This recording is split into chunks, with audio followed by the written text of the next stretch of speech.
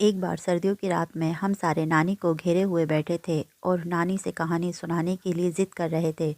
मेरी नानी ने हमें माहिर की कहानी सुनानी शुरू की। उन्होंने बताया कि माहिर की अक्लमंदी के चर्चे अब दूर दूर तक थे। वे अपने नाम की तरह हर चीज़ में माहिर था।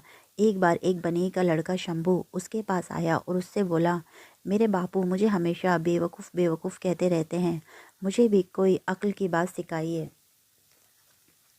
माहिर ने उससे कहा कि मेरी सलाह के 500 रुपये लगते हैं। अगर तुम मुझे 500 रुपये दे दोगे तो मैं तुम्हें एक कीमती सलाह दूंगा। शंभू ने 500 रुपये निकाल कर माहिर को दे दिए। माहिर ने उसे सलाह दी कि जहाँ पर तुम्हारे बोले बिना भी काम चल जाए वहाँ पर कभी भी मत बोलना। शंभू ने घर आकर ये बात अपने बापू से बताई कि मैं अक्लमंद माहिर के पास गया था और उसने मुझसे 500 रुपये लेकर ये सलाह दी है कि जहाँ पर तुम्हारे बोलने की ज़रूरत ना हो वहाँ पर मत बोलना। ये सुनकर बनी को बहुत गुस्सा आया और वह अपने बेटे शंभू को लेकर माहिर के घर पहुंच गया और उससे बोला, तुमने मेरे इस बेवकूफ़ लड़के से 500 रुपये ठगे हैं, वे मुझे वापस चाहिए। माहिर ने चुपचाप वे पैसे लौटा दिए और कहा कि भविष्य में कभी भी मेरी सलाह की ज़रूरत पड़े तो चले आना। बनिया मुंह बनाता हुआ वहाँ से चला गया। थोड़े दिन में शंभू भी उस बात को भूल गया। एक दिन शंभू बाजार में चाय वाले की दुकान पर बैठा चाय पी रहा था। चाय वाले की दुकान के बराबर में एक पक्षी बेचने वाले की दुकान थी। इतने में उसे दुकान में से दो औरतों के चीखने की आवाज़ आई और उसने दुकान के अंदर जाकर देखा कि एक पिंजरा था और इस पिंजरे में दो खूबसूरत चिड़िया बंद थी और वे औरतें उस पिंजरे के लिए ही लड़ रही थी। पहली औरत कह रही थी कि पहले दुकान में मैं आई हूँ और इसे तो मैं ही लूँगी। दूसरी औरत बोल रही थी, इस पर पहले मेरी नज़र पड़ी है और इसे तो मैं ही लूँगी।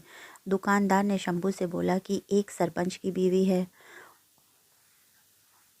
और दूसरी गांव के गुंडे की, इनके बीच में कौन बोले। शंभू उन दोनों की बातें खड़ा सुन रहा था। उससे चुप नहीं रहा गया। उसने बोल ही दिया कि अरे तुम दोनों में से एक कोई और पिंजरा पसंद कर लो और झगड़े को ख़त्म करो। और उन दोनों औरतों ने एक साथ कहा कि ये बहुत देर से हमें देख रहा है, इसे पता है कि दुकान में पहले कौन आया था। अब तो पंचायत में ही फैसला होगा और ये गवाह बनेगा। ये सुनते ही शंभू के होश उड़ गए कि अगर मैं एक की तरफ से बोलूँगा तो दूसरा मुझे मारेगा और दूसरे की तरफ से बोलूँगा तो पहला मुझे मारेगा। मेरा बापू तो ये सुनकर मेरी खाल ही खींच देगा। उसने ये सारी बातें जाकर डरते डरते बनिए को बताई। बनिए ने सिर पकड़ लिया और शंभू को कोसने लगा। शंभू बोला, बापू अब मुझे तो बताओ कि मैं क्या करूं। अगर मैंने माहिर की बात मान ली होती तो आज ये सब कुछ नहीं हुआ होता, लेकिन आपने तो उससे भी लड़ाई कर ली है। बनिए को माहिर की बात का ध्यान आया। उसने शंभू को लिया और माहिर के घर पहुंच गया। माहिर ने पूरी बात सुनकर कहा कि मैं आपकी सहायता क्यों करूं? आपने तो मुझसे पहले सलाह के भी पैसे वापस ले लिए थे। बनिए ने फटाफट जेब में से 500 रुपये निकाले और माहिर को देते हुए कहा कि लो भाई, ये तुम पैसे रखो और मुझे सलाह दो। माहिर ने कहा कि 500 रुपये तो मैं पहले ले रहा था, अब तो मेरी सलाह की कीमत 5,000 रुपये है। मुझे 5,000 रुपये दोगे तभी मैं सलाह दूंगा। बनिया करता क्या ना करता, उसने माहिर को 5,000 रुपये निकाल कर दे दिए। माहिर ने शंभू से कहा कि जब तुमसे पंचायत में सवाल पूछा जाए कि तुमने क्या देखा था तो तुम पागलों की तरह बातें करने लगना और एक पागल की गवाही कभी भी नहीं ली जाती है।